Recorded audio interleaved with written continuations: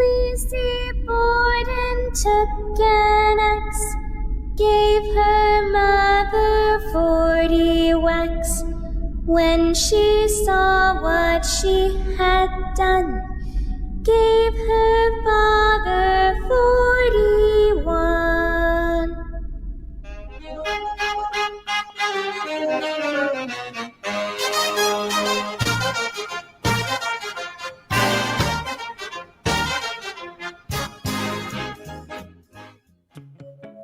All right, superhumans, settle in and keep your peepers peeled and your antennas sharp. We're here to spill the beans on one of the most notorious capers in American history, the Lizzie Borden axe murders. This ain't no dime store yarn. It's a tale of blood, betrayal, and a gal who walked free when the gavel fell. But did she pull the wool over everyone's eyes? Or was she just a patsy caught in a bad spot? Let's check it out. Fall River, Massachusetts, 1892. A sweltering August day, the kind that makes your collar stick to your neck. Lizzie Andrew Borden, a 32-year-old spinster, lived in a cramped house on 2nd Street with her old man, Andrew Borden, a tight-fisted banker with more dough than friends, his second wife, Abby, and a maid named Bridget Sullivan. Lizzie and her sister, both unmarried and pushing into their 30s, weren't exactly singing Kumbaya with their folks. Word on the street was the Borden girls and their stepma didn't see eye to eye, and Andrew's penny-pinching ways didn't help. The family was sitting on a fortune, nearly $10 million in today's greenbacks, but you wouldn't know it from the way they lived. No indoor plumbing, no fancy digs. Just tension, thick enough to cut with a hatchet. August 4th, the mercury's climbing and trouble's brewing. Around 9:30 in the morning, someone takes a hatchet to Abby Borden in the guest room upstairs. 19 whacks to the noggin, they say, left her deader than a doornail. About an hour and a half later, Andrew Borden comes home, stretches out on the parlor couch for a nap, and bam, gets 11 chops to the face, so bad his own mother wouldn't recognize him. The coppers show up, and who's there? Lizzie, cool as a cucumber, claiming she was out in the barn looking for fishing sinkers, or eating pears, depending on when you asked her. Sounds fishy, right? Well, the maid, Bridget, was upstairs nursing a sick stomach, and Emma was out of town. And no sign of a stranger sneaking in or out. No busted locks, no trail of blood leading in or out. Just a handless hatchet in the basement, clean as a whistle, and a bucket of bloody rags Lizzie says came from her, monthly experience. The coppers didn't waste any time pinning this on Lizzie, and on August the 11th, they slapped the cuffs on her, and by June 1893, she was in the hot seat in New Bedford, facing a jury of 12 upright gentlemen. The prosecution's got no smoking gun, just a pile of circumstantial crumbs. They say Lizzie tried to buy prussic acid, a poison that would make your hair curl, the day before the killings, but the judge tosses that out. She burned a dress days after the murder, claiming it was stained with paint, but her pal, Alice Russell, says it looked mighty suspicious. Her story's all over the map. One minute she's in the barn, the next minute she's in the yard, but the defense? Well, they play it smart. Lizzie's a church-going, Sunday school teacher, a member of the Women's Christian Temperance Union. A frail gal like that, swinging a hatchet? Poppycock. The defense goes full tilt on the church lady persona. They dress her up like a mourning widow, and when the victim's skulls come out in court, she faints dead away. Perfect timing. And just after 90 minutes, the jury says not guilty, and the courtroom erupts like it's VJ Day. The papers cheer, but the folks in Fall River, they ain't buying it. Recent studies suggest the wounds on Abby indicated a taller assailant, possibly larger than Lizzie, who was only about 5'4". Blood spatter analysis could have traced the killer's movements, but the crime scene, now a bed and breakfast, is lost to time, and no DNA is reliable or evidence to survive 1892.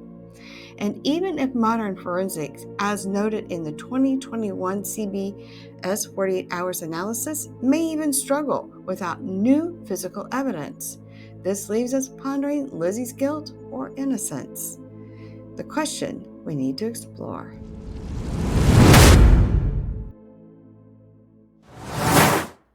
Suggesting guilt. The blood spot on Lizzie's petticoat, dismissed as that time of the month or a flea bite in 1892, could be re-examined with modern DNA analysis. If it were found to be Abby or Andrew's blood, it would strongly implicate Lizzie, especially since she claimed not to have been near the bodies at the time.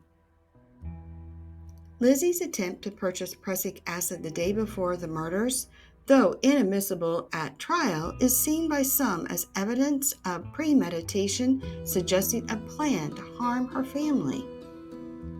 The burning of the dress days after the murders, witnessed by friend Alice Russell, raises suspicion. Modern investigators note the blood-stained clothing would need to be destroyed to avoid detection, aligning with the violent nature of the killings. Lizzie's inconsistent statements, claiming she was in the barn eating pears or looking for sinkers during the murders, conflict with the hot, dusty loft conditions where no footprints were found, suggesting a possible fabricated alibi. The lack of forced entry and the timing between the two murders, about 90 minutes apart, imply an insider had made an opportunity, with Lizzie being the only person consistently present in the house. Suggesting doubt. The absence of definitive physical evidence, such as fingerprint or blood spatter linking Lizzie to the crime scene, is a significant factor. Modern forensic techniques like fingerprinting, unavailable in 1892, might have identified an unknown intruder if properly applied. The heightened strength required to inflict Abby's wounds, as analyzed in some modern studies, suggests a taller assailant than Lizzie, who was about 5'4", casting doubt on her physical capability. The police poor crime scene management, allowing contamination, and failing to thoroughly investigate the pail of bloody rags, means potential evidence was overlooked, leaving the room for an alternative predator.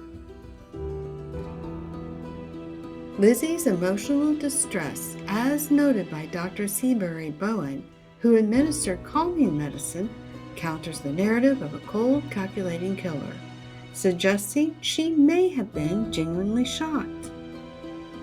The 2021 48 Hours investigation, involving a mock jury, resulted in a split verdict, with some jurors doubting the evidence was conclusive, reflecting ongoing uncertainty even with modern perspectives.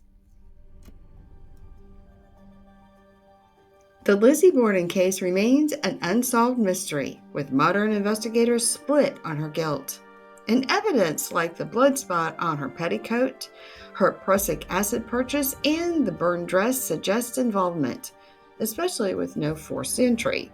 However, the lack of physical evidence, her physical limitations, and a flawed original investigation raises doubts, leaving the case unresolved despite forensic advances.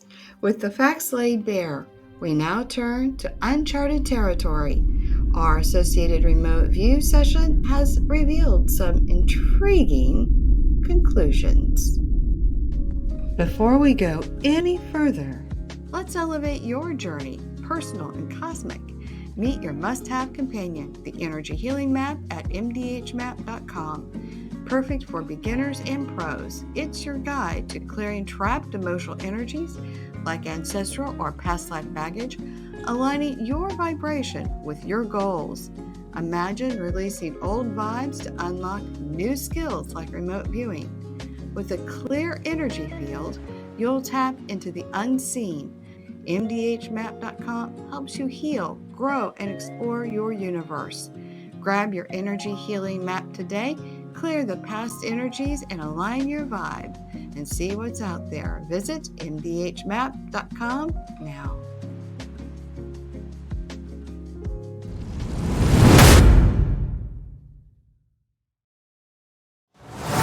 All right, we have got Christina with us. Christina, you want to say hello to everybody? Hi, everybody. This has been the most interesting associated remote views I think I've done in a long time. I suspected personally that she was involved, but there were some interesting dynamics that came out of this. What's your thoughts? Yeah, this did not go the way I anticipated. Because I've read stuff and seen some shows on Lizzie Borden, so I had a little bit of background knowledge, but some of that stuff I kind of had to put off to the side. So it was really, really an interesting remote view. You know, it is interesting when you set aside. When we do the associated remote view, just for the audience sake, we're blocking all energies and hidden energies that would change the answer, but we also have to be mindful to block our own egos, biases, and opinions and emotions, because it really changes the answer, especially if you've got I just know this happens. And then sometimes when you do it this way, you're like, wait, what? And then you go back and recheck it, and you consistently, if you set yourself up the same way, you consistently get the same answer. So was there anything that, before we get started on our list of questions, that you kind of surprised yourself about?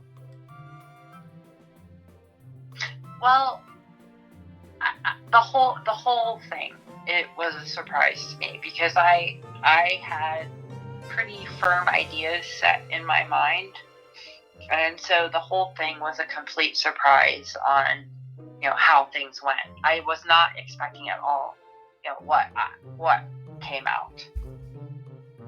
Yeah. And I was getting visuals that I'm like, whoa, sometimes there's just too much information. But right, you want to say, stop, please. Yeah, sometimes just too much. Let's just kind of get the generals. But let's talk about the first question that we have, and because it's the elephant in the room, right? Did Lizzie Borden actually commit the murders? And I got yes, she absolutely did. I did too, and I think that's the first spot where my mind was blown, because I had always kind of assumed that she probably didn't do it, stuff like that, and I was completely surprised. What's interesting about that, I had came to this feeling that she had done it, and you came to this feeling she hadn't done it, because we both know quite a lot about who doesn't know? It's 100 right. some years old by now, so we all sort of suspected, we had our own opinions formed.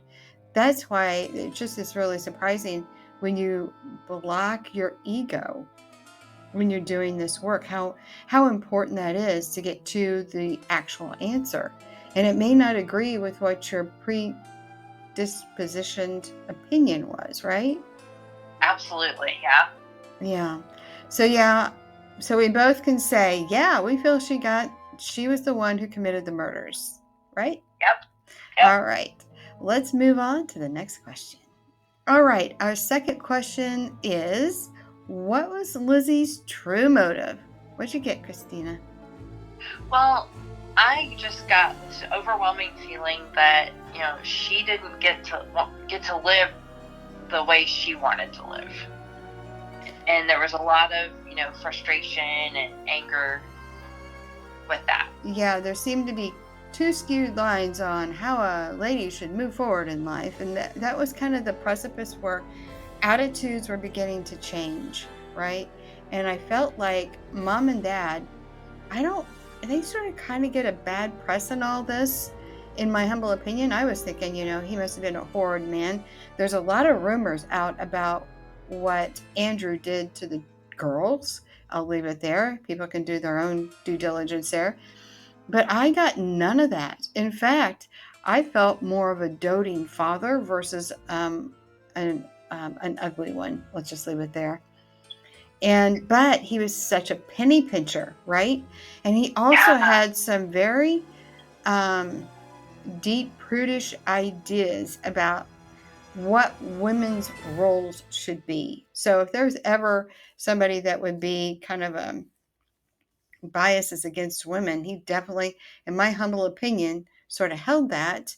And so I felt like, because she's what, 32 years old at the time of this crime, and I feel like there was something that mom and dad learned about her that she sort of they had two different opinions about it. And it felt like it was just it ignited an already suppressed tension in the household. And I feel like you're right. She was more of wanted to be a modern woman, and she wanted the freedoms of a modern woman. And it felt like dad and mom were not having any of that. And I felt like that's the catalyst. Yeah, I would agree that that's totally the catalyst for, what happened. Mm-hmm. So, all right, let's move on to the next question. All right, so our third question is, what did she do with the murder weapon? What did you get, Christina? Well, I got that, the murder weapon doesn't really, she got rid of it. It doesn't exist. What the axe that's at the house is not the murder weapon. So I got that too. It's not the same one used. Yeah. Right. So what she did with it, I don't know. Yeah, it just seems to kind of fade. Like, I could not get a beeline on it when I'm like, well, what did she do with it? I think there's a report where somebody said, well, she threw it on top of a barn or somebody's neighbor's structure outside. But even that was so elusive. It's not something I could pin. I don't know. I feel like it disappears. I don't know how else to say it. I can't see it. I don't know why I can't see it, but it is interesting that you can't see it either. Yeah, no. And imagine what it would look like if she randomly walked up to somebody's yard and started. Right? I mean, like, why would you throw that up there? I mean, it would make a sound. I mean, it would make a sound. It would be so obvious that somebody's on somebody else's property. How does that even work? Yeah. And I know that in the evidence, when they're looking at the axe that they did find, even the forensics, I think the guy came from Harvard, they could not make a match to that being the axe. And I'm like, but it's not the axe. It wasn't. They probably had several axes, it's back in the time. And that had if you recall, the one they found in the basement had a broken handle. So, and it was just kind of tossed off to the side. So, did she break the handle in the hacking, But even when I asked that, it went dark. So I'm not, I just don't feel that the axe in the basement that was found is the same one. At least that's what it gets. But where did it go? It is so weird that neither one of us can pin that down. Yeah, I don't know where. That's the question I have. Why can't we pin that down? See, I still have more questions with this. Yeah. All right, hold on. We're going to go on to the next question. Question number 4. How did she avoid detection? Well, I think that her sister probably helped a little bit, like clean stuff up maybe. I think it was easy for Lizzie to act as though she wasn't involved. Yeah, and the dynamic between the sisters was, my understanding is that Emma was very motherly, since their own mother passed away when Lizzie was like around 2 years old, and so she sort of played that motherly role with her. So if you go from that dynamic, when I first tuned in to Emma, I felt like she never believed, up until a point, and we'll get to that in a minute, she never believed that Lizzie could have had the wherewithal in her to do such an act, right? Right, because this is pretty horrific. Oh, I mean, good Lord, I have a hard time killing bugs, so I just can't imagine, doing that action at all. But so I don't feel Emma ever suspected her of actually being guilty of the unaliving of her parents. But I do feel she was involved in suggesting to Lizzie, we should probably burn that dress, because I do feel that, quote, paint stain that they talk about on her dress, I feel it was blood. I think everybody knew it was blood, that, suspected her of this. Yeah. And I feel like the mess was probably pretty great at that time. And I feel like they just said, you know what, it's just paint. And the question I kept coming to, Christina, is, but if Emma didn't suspect her sister of this crime, then wouldn't you think logic would say, well, how did you end up with this stain on your dress? And that's kind of what it left me thinking, what happened there? And yet I still could not feel that Emma ever thought Lizzie was guilty, even with that in front of her. Yeah, I think even with the dress, I just think Emma just couldn't see Lizzie doing something like that. And maybe, so how it sort of comes out to me is that I feel like the story, and this is what it's so hard to pin down, because you're trying to tease out what actually happened and then what the story was. So I feel like she was able to spin her way out of it. Well, I must have got closer to the bodies than I thought. And that's why I've got this blood stain. I don't know. I was in such shock. I have a blank, and I feel like Emma really bought that. What are your thoughts? Yeah, and if you remember, when they were in court, didn't Lizzie faint at the sight of? Didn't they show the skulls? They did. They did show the actual skulls, and I actually kind of figured out what they buried the bodies without the heads, but until after the trial, apparently they did, and then the family interred the skulls with the bodies later after the trial. So for anybody asking that question, I did check that out. Yeah, she fainted, but when she, quote, fainted, I'm not buying the fainting. I don't know about you. I'm just like, it was just way too perfect timing. Right. Yeah, for sure. All right, our last question is, what role did the family dynamics play? And that's sort of tying into earlier when I said the mom and dad sort of got the bad rap. Like, they were just really egregious people. But when I tuned into that, I really got more of an indulgent father. And some people were talking about, well, Lizzie was upset that the inheritance that was going to be set up was actually going to go to mom, the stepmom.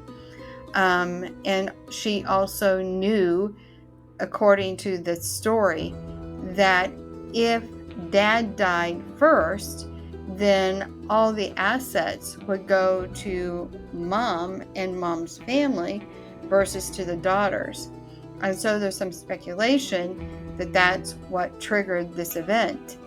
But when I tuned into that, that was not the case. But I have to admit, when I started into this, I believed that was the ignite or the ignition point was sort of in the money.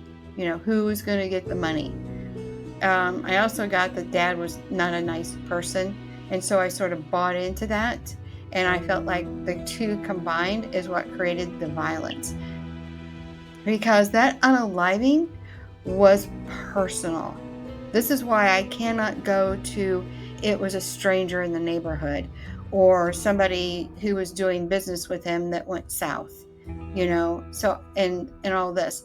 I do feel that Lizzie pre-planned this a little bit, and so I feel like there was a point, maybe, I don't know that she pre-planned it for very long. I don't get longer than a week, right? And so what I get is that she did try to buy the prussic acid to unalive both stepmom and dad. But when she couldn't get it, she had to do something else. And so it was like a steam pot building pressure, right? And so she wanted to go live her life. But when I asked, was it because of money?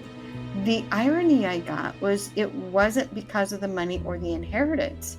It was just the suppression of who she was. That was the trigger point for her. So the dynamics, I felt I was a little bit surprised that Dad was actually kind of a good father to her, right? But stingy and maybe a little biased in his opinions of women, which is not surprising considering it is 1892 and the women don't even have the vote yet, Right. So I don't even feel that the stepmom, who usually gets the brunt of being the wicked stepmom, I didn't even get that with her. So yeah, I didn't either. That surprised me. So that's kind of how I felt about it. What did you get? Yeah, I didn't get that, like, there were issues really with Dad, like him being some kind of a monster. He was just a dad. Stepmom got along with Lizzie up to a point. Mm-hmm.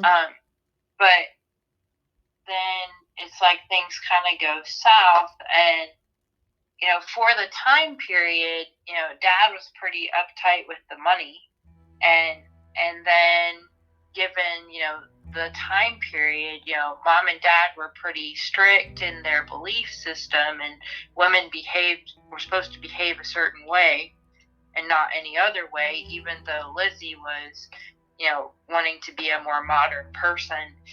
And I think she just got to a point where she just wanted to be able to live the way she wanted to live. Yeah, that's exactly how it came in. And because of the attitudes of the day where women don't have freedoms, don't even have the right to vote, it was a clash. It was a clash point, She wanted what she wanted. And there was an event that took place between them that it was just almost irreconcilable. That's how it felt. Yeah. And she acted in rage. This was rage. And it was simmering rage. So it just kept building and building and building. Kind of touch on the last part of this. And, it's something that sort of came to me later and something I didn't really ask you in advance on our list of questions. But, the end thing is we know that Emma and Lizzie were very close. I mean, they ended up buying Maplecroft together. And in fact, all the money transferred to Emma because she was the oldest daughter. And by all accounts, they had a great relationship until one day. And then that one day, everything changed. Everything changed. I was like, everybody says it was such a weird moment because it was like one day they were fine and the next day Emma's moving out. And not only did she move out, she left the state. And she didn't even take a lot of money. She just took enough to sustain herself. And it was, like a rooming house that I understand. Yeah, that's crazy. Something really bad had to have happened. But Something bad happened. And so what I got was that something bad, when I looked at that, I feel like Lizzie was drunk because I got so, I felt like I was inebriated when I tuned into her in that moment where the disconnect happened. And it feels to me, energetically speaking, it's just my opinion, just how I felt it out, was that she was drunk and she said, well, I got away with murder. And I feel like that was a moment where Emma's like, what? And I feel like it was so unsettling to her. I feel like I can't get out of that house fast enough. I can't get away fast enough. And by the way, I'm not even going to contest the money thing because I am fearful you're going to do the same thing to me. Right. Yeah, that feels right to me too. Emma just up and was like, okay, I'm out. See ya. Yeah, because you couldn't try her again. That's double jeopardy. No, you can't. Yeah, but that would be absolutely terrifying. Absolutely. And if she just made a comment, I could see her, this girl, Lizzie, she liked to party. She was about having a good time. Mom and dad are gone. Woohoo, let's go. And she took advantage of that. So her being inebriated doesn't surprise me. But it is interesting that sort of came in the way it did. It's like, oh my gosh, she actually admitted to her. And I don't think she intended to admit to her. I mean, it wasn't a bragging. It was just like, I got away with murder before. That's how it felt. Oh yeah, I would be out. Oh, no kidding. Oh, I mean, anybody who's capable of that is like, get me the heck away from here. Right. I wouldn't have done any different than Emma. I would have left the money. I would have said, give me enough to sustain myself so I'm not homeless. But I will go live a meager life. Just leave me alone. Yep. So, any last words you want to say to the audience about this? No, just that make sure when you're doing this that you're blocking your ego and your emotions and all that, because you never know what you're going to find. You don't. And if you're a truth seeker, you've got to get yourself out of the road. Yeah. So. Thank you so much for watching our deep dive into the mysterious case of Lizzie Borden. If you enjoyed this video, please hit the subscribe button and ring that notification bell so you don't miss another one of our upcoming Woo videos. And next up in our Woo viewing are the eerie similarities between JFK and Abraham Lincoln. And trust us, you're not going to believe the strange connections we're uncovering. So stay tuned, our superhuman friends, and we'll see you in the next one.